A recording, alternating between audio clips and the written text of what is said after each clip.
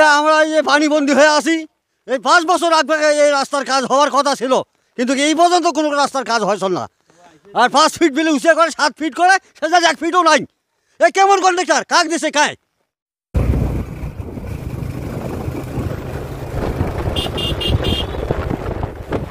টানা ভারী বৃষ্টিপাতের কারণে তিস্তার পানি বিপদসীমা ছুঁয়ে যাওয়ার আতঙ্কে নিম্ন অঞ্চলের মানুষ। সেই সাথে উজান থেকে নেমে আসা পাহাড়ি ঢলে আবারও বাড়ছে তিস্তা নদীর পানি।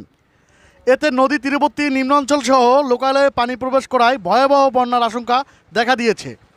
পানি ক্রমেই বৃদ্ধি পেয়ে তিস্তার ব্যারেজ পয়েন্ট বিপদসীমা ছুঁয়ে যাওয়ার অবস্থা।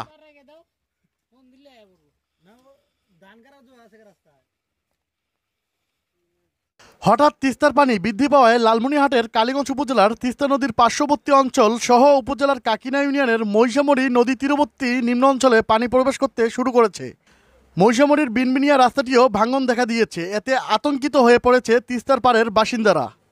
কি অবস্থা এখন রাস্তার? খুব পরিস্থিতি খারাপ। জনগণে আসিয়া একটু রাস্তা বেরিবান মাটি দিয়ে রাস্তা কোদাল দিয়ে ডালিত মাটি কাটিয়ে কিন্তু রাস্তাটা রক্ষা করতেছি। কোনো উপর থেকে কোনো লোকজন আসে নাই। এইভাবে ভয়াবহ চলছে। বন্যা আসলে আমাদের খুব দুর্যোগ, ভাসে যাব বাড়িঘর পূর্তি। হ্যাঁ, নেতা আসে নাই, কিন্তু কেউ আসে নাই, প্রশাসনিক কেউ আসে নাই। প্রিয় দর্শক, এখানকার স্থানীয় লোকদের সাথে কথা বলে আমরা এটাই জানতে পারলাম যে সকাল থেকে প্রায় 2 দিন থেকে ধীরে ধীরে পানি বাড়তে শুরু করে। আজ সকাল থেকে এইখানকার যে একটি রাস্তা রয়েছে সেই রাস্তাটার করুণ একটি পরিণতি হয়ে গেছে এবং শেষ পর্যায়ে রাস্তাটা এক ধরনের ভাঙনের দেখা দিয়েছে। স্থানীয় লোকজন সহ প্রায় গ্রামের অর্ধশতাধিক লোক এই রাস্তাটি টিকানোর জন্য মাটি এবং পলিথিন সহ কোদাল হাতে ছাতা মাথায় নিয়ে এরা কাজে যেভাবে পারছেন কাজে নেমে পড়ছেন। আমরা স্থানীয় কোনো প্রশাসন কিংবা স্থানীয় কোনো লিডার পারসন কারো এখানে এসে দেখা মেলেনি, আর কারো সহযোগিতাও আমরা দেখতে পারিনি।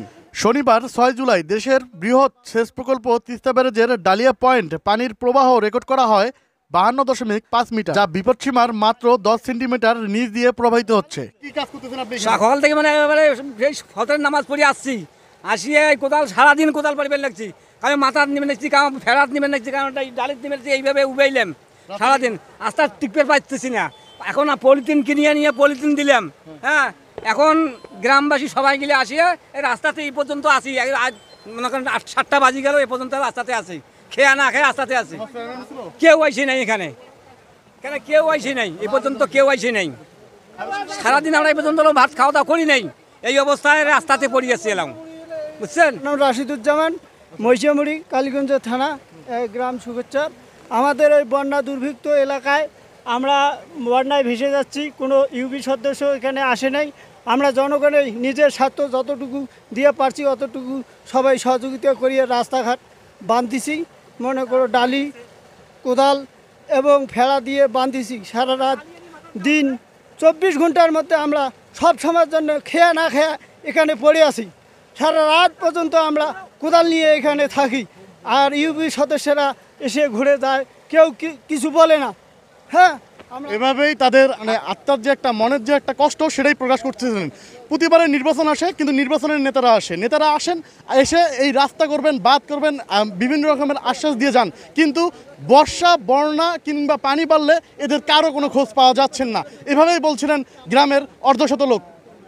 আমরা এই যে পানিবন্দী হয়ে আছি, এই 5 বছর আগে এই রাস্তার কাজ হওয়ার কথা ছিল, কিন্তু এই পর্যন্ত কোনো রাস্তার কাজ হয়েছে না। আর 5 ফিট বিলে উঁচে করে 7 ফিট করে, সেটা 1 ফিটও নাই। এই কেমন কন্ডাক্টর, কাক দিছে খায়। যে জনগণের আসি সামনে কথা বলেন, চেয়ারম্যান এমপির দরকার নেই আমাদের। পানি উন্নয়ন বোর্ড ডালিয়া শাখার নির্বাহী প্রকৌশলী আসফাউদ দৌলা বলেন, উজানের ঢলে তিস্তার পানি বাড়তে শুরু করেছে। পানির চাপ সামলাতে 44টি গেট খুলে রাখা হয়েছে। টানা বৃষ্টির কারণে তিস্তা নদীর পানি বৃদ্ধি পাচ্ছে। লালমনিরহাট পানি উন্নয়ন বোর্ড নির্বাহী প্রকৌশলী সুনীল কুমার রায় বলেন, গত 2 দিনে বৃষ্টি ও উজানের ঢলে তিস্তার পানি বৃদ্ধি পেয়েছে, তবে এখনও বিপদসীমা অতিক্রম করেনি। নদীর পানি বাড়ায় কিছু নিম্ন অঞ্চলে পানি প্রবেশ করছে। এছাড়াও কয়েকটি পয়েন্টে ভাঙন রয়েছে। ভাঙন প্রতিরোধ জরুরি অপদকালীন কাজ হিসাবে জিও ব্যাগ ফেলা হবে। আল আমিন বাবু, KL বাংলা নিউজ, লালমনিরহাট রয়েছেন। আর ঠিক এই সময় এলাকার লোকজন মিলে সবাই একত্রিত হয়ে রাস্তা বাঁচানোর বিভিন্ন রকমের টেকনিক অবলম্বন করতেছেন। আপনারা দেখতেছেন